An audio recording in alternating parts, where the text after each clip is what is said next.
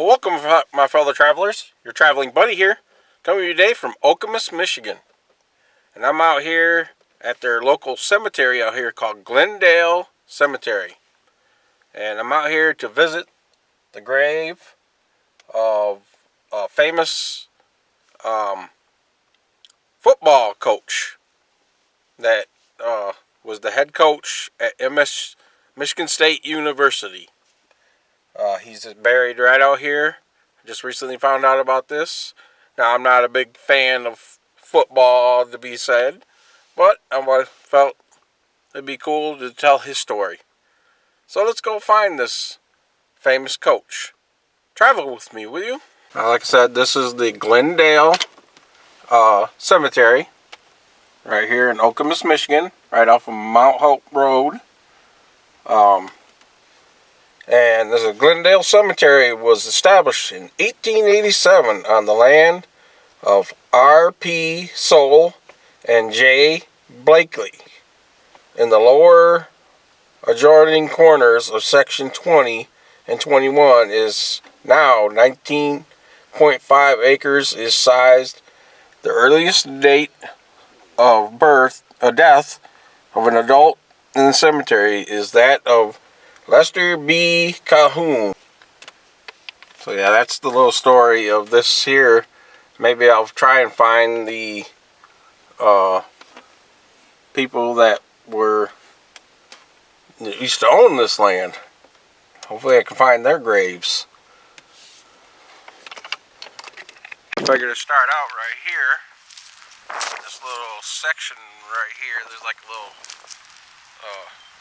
I'm not sure if these are graves or what, but I think I've seen this in the pocket of this here. In memory of Robert James Staff, Michigan, 81, U.S. Navy, World War II, July 20th, 1922 to December 23rd, 1957.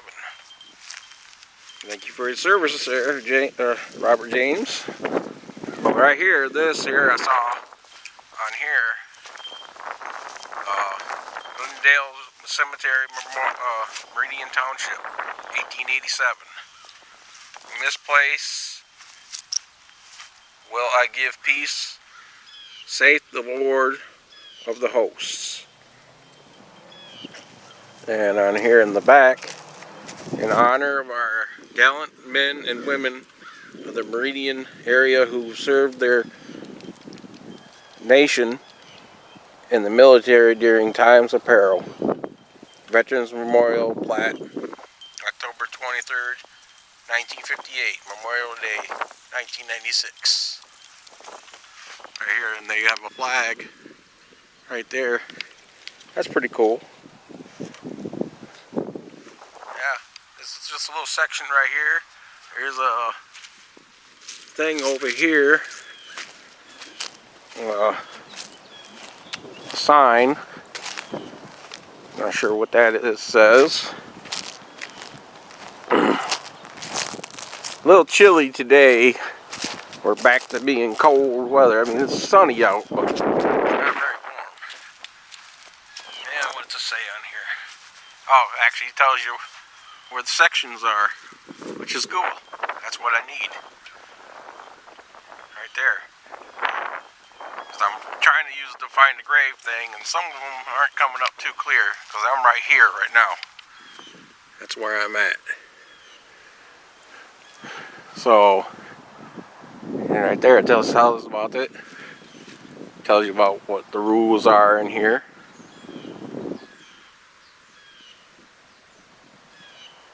So that will help out. I'll take a picture of that. Alright, my fellow travelers, I have found the grave of this famous football coach. And unfortunately, I thought maybe the picture wasn't updated, but it is true. He has no headstone. Not sure why, but right here, you see this spot here where it looks like dirt and grass. If we look, if I can see this, get out of the sun. There is a picture. I'll actually put a screenshot of the actual picture from the find the grave. And right here he is. This is the grave of George Perles, famous football coach from University of Michigan State. He's buried right here. And why he has no stone, I don't know. That's crazy.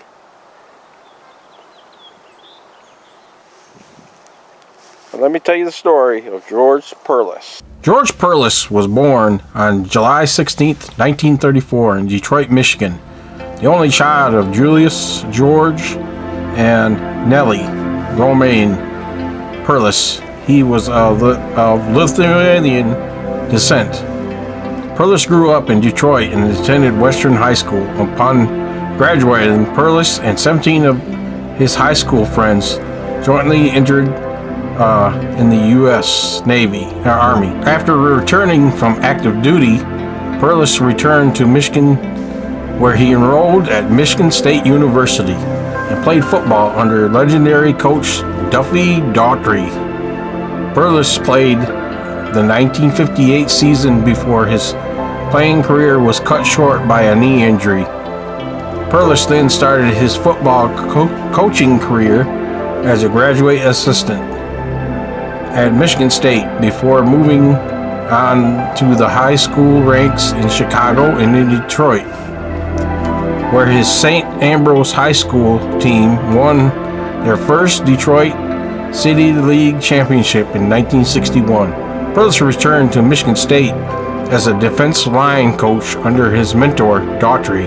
In 1972, Chuck Noll, head coach of the Pittsburgh Steelers, reviewed dozens of resumes and interviewed numerous candidates before deciding to offer Perles the position of defense line coach.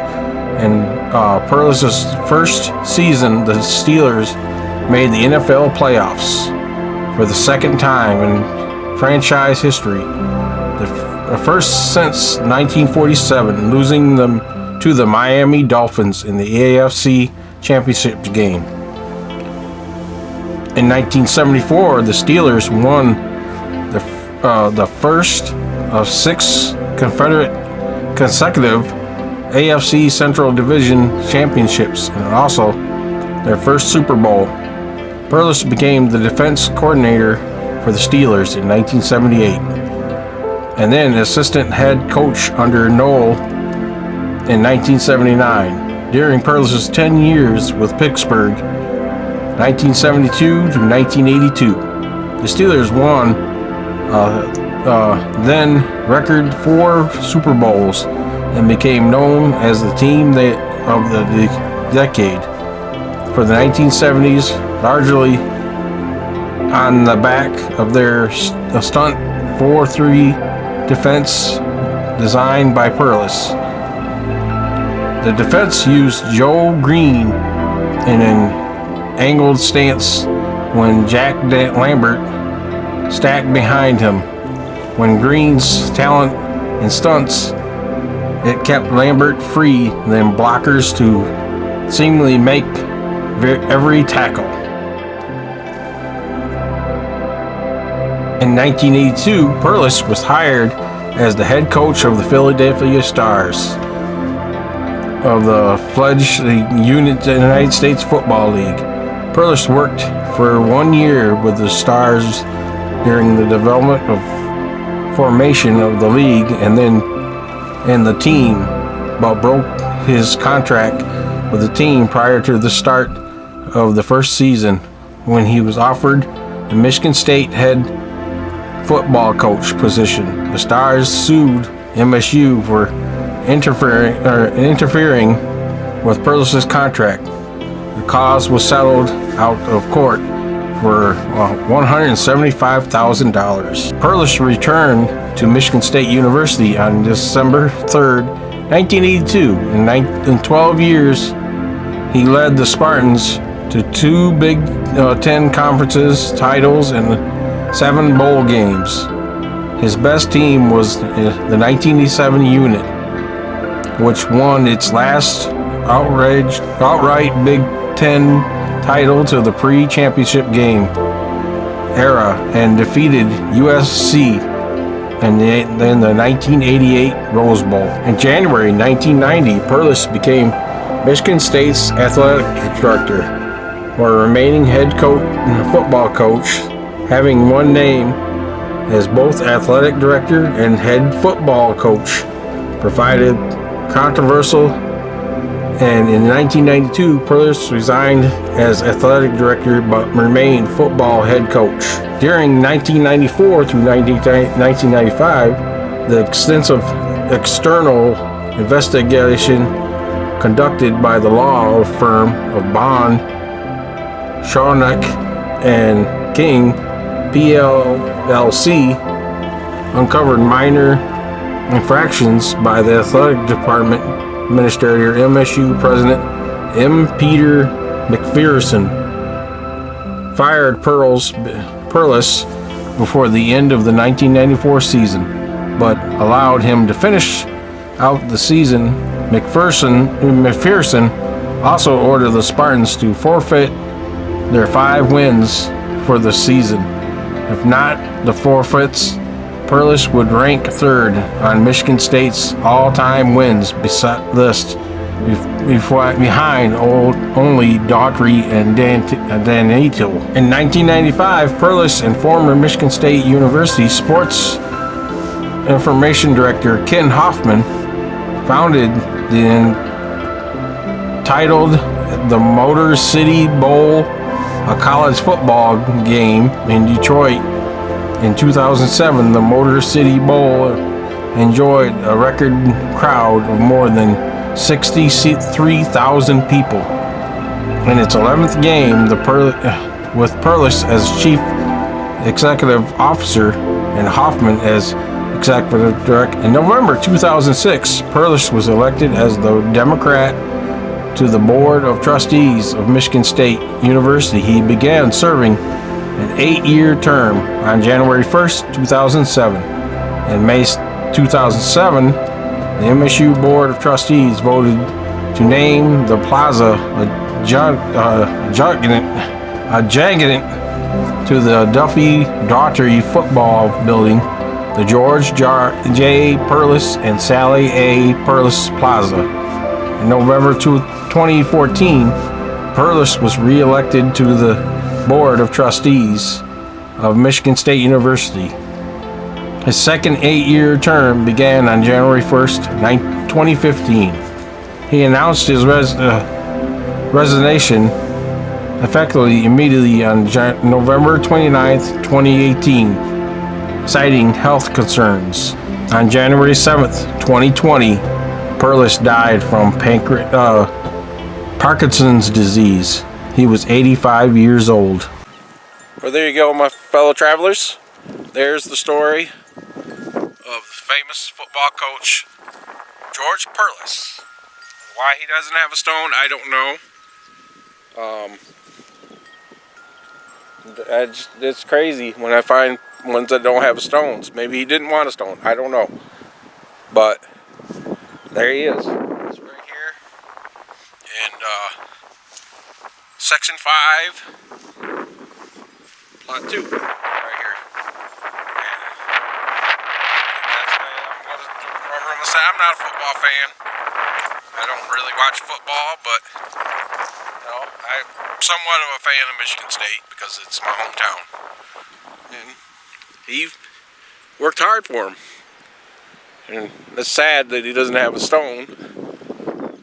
Right there. I'll remember you, George. Rest in peace. So if you like this video, give me a thumbs up. Share me out. Share me on all your social media. Tell your friends. Tell your family about me. So I can continue traveling and telling you stories about people like this. Also, leave me a comment. Any comments appreciated. Any ideas for me to do? Let me know. I just might show up and do it. So until next time, my fellow travelers, I see you around the mitten.